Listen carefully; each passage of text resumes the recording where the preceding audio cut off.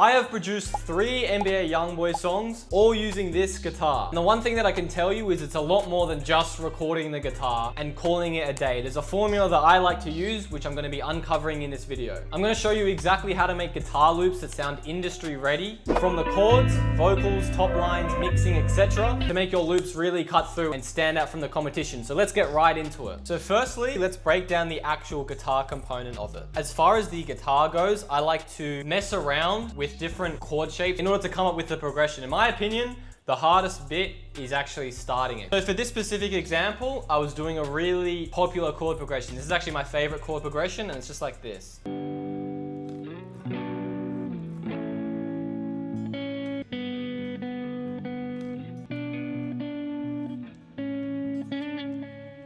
Now, what's worth noting is the little hammer on, hammer off. That's what's gonna add a lot of emotion and flair to your sample. So this is important. Whenever I'm making a chord progression, I like to have some sort of hammer on, hammer off, legato, just to take it another level above. So a hammer on is just this. Hammer on and a hammer off is this.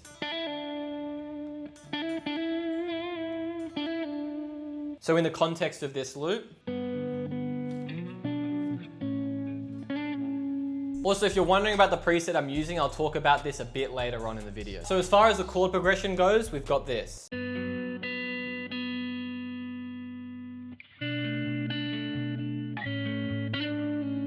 Now that I've got the chord progression, it becomes a lot easier to add other stuff. So the next thing that I added to this was a little pentatonic riff, which sounds like this.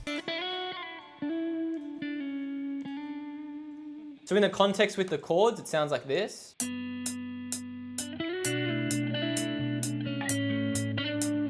This is important because the notes that I just played are harmonizing with the chords, right? Just because something is in the pentatonic scale doesn't mean it's always gonna sound good. Sometimes I see guitar loop makers, they're adding top lines which are in the scale, but it's not really the best notes to go with the chords. So you wanna pay close attention to the chords.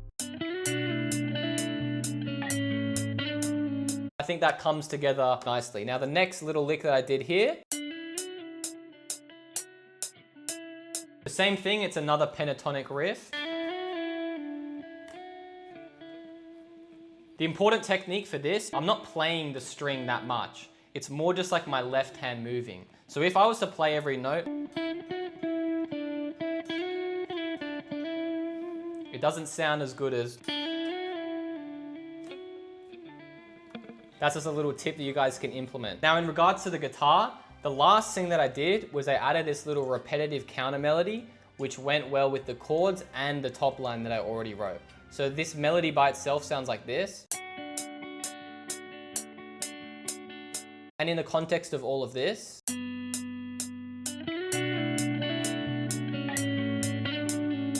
having those repetitive notes adds to the emotion and gives it more of a nostalgic feel. In regards to the notes that I use for this, it's just these 3. I've just got my finger like this.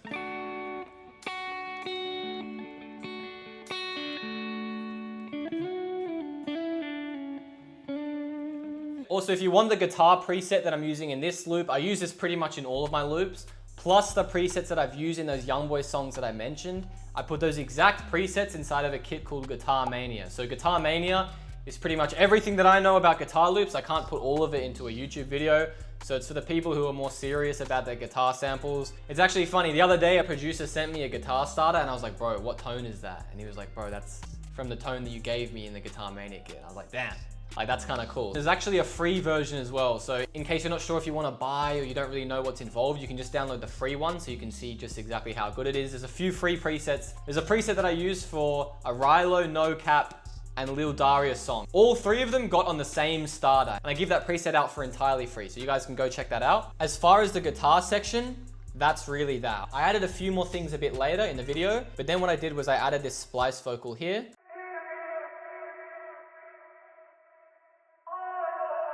So with the guitar.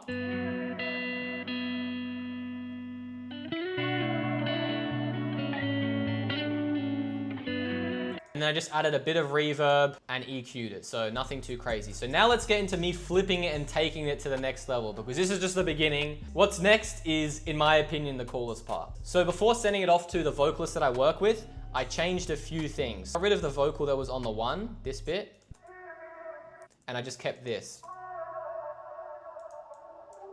Another change that I made was I added these 2 guitar phrases. So these are also inside my Guitar Mania kit. And I like these guitar phrases because sometimes you just can't be fucked to pick up your guitar and get the preset up. Sometimes you just want to drag and drop shit in.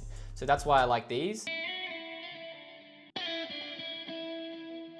Now I also really like having a guitar lick on the 1. The 1 is the beginning of the loop, and if the 1 sounds really good, then people are gonna listen to the loop for a longer amount of time. If it's lacking a bit at the beginning, chances are they're not gonna wait, even if there is a good bit that comes 10 seconds later. So the last thing I did was I added just these chords and turned them down from another loop that I did, just because I wanted it to support the original starter a bit more. So it sounds like this. And so with the chords.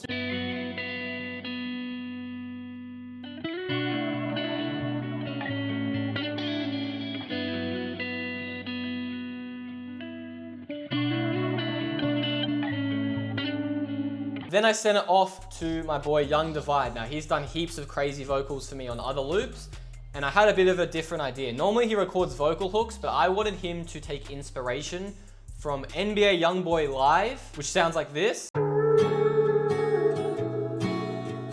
And Choppers and Ferraris by No Cap, which sounds like this.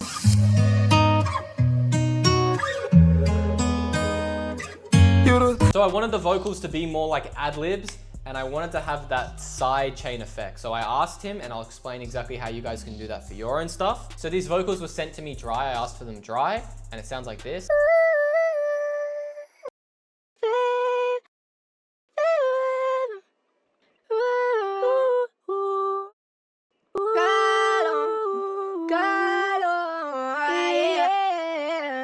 They already sound really good. I added this mixer effect, which takes it to a whole new level. It sounds like this now with the mixer effect.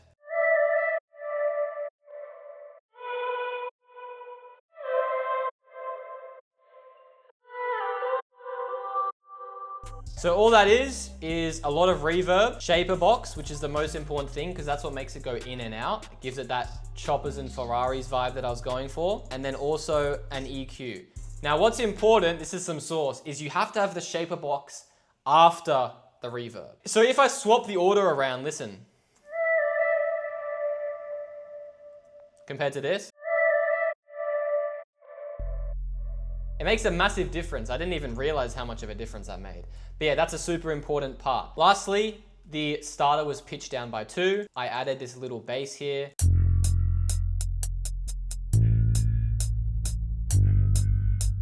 And then finally, for the second section, when we got the different vocals come in, I added an Analog Lab synth bass instead. So that just gave it a bit more intensity, and it sounds like this.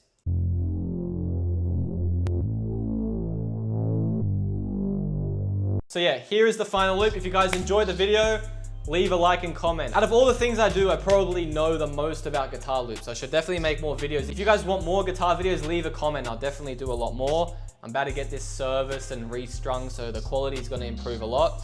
But yeah, this is the final loop, and I'll see you in the next video.